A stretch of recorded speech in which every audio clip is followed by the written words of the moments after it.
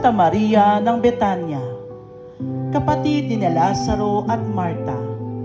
Nang si Jesus ay dumalaw sa kanilang tahanan, naupo siya sa may paanan nito upang makinig sa kanyang itinuturo. Nang magbalik si Jesus sa Betania, na kung saan isang hapunan ang inihanda para sa kanya, kumuha si Maria ng isang bote ng mamahaling pabango galing sa katas ng dalisay na nardo at ibinuhos sa mga paa ni Jesus. Pagkatapos, pinunasan niya ito ng kanyang buhok. Isa si Santa Maria ng Betania sa mga kababaihang sumunod at naglingkod kay Jesus simula nang sila'y nasa Galilea.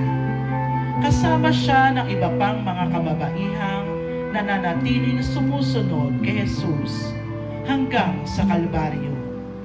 Ang imahe ni Santa Maria ng Betania ay nasa pangangalaga ni Brother John Paul Serrano. Ang organisasyong umaagapay ay ang Ushering Ministry.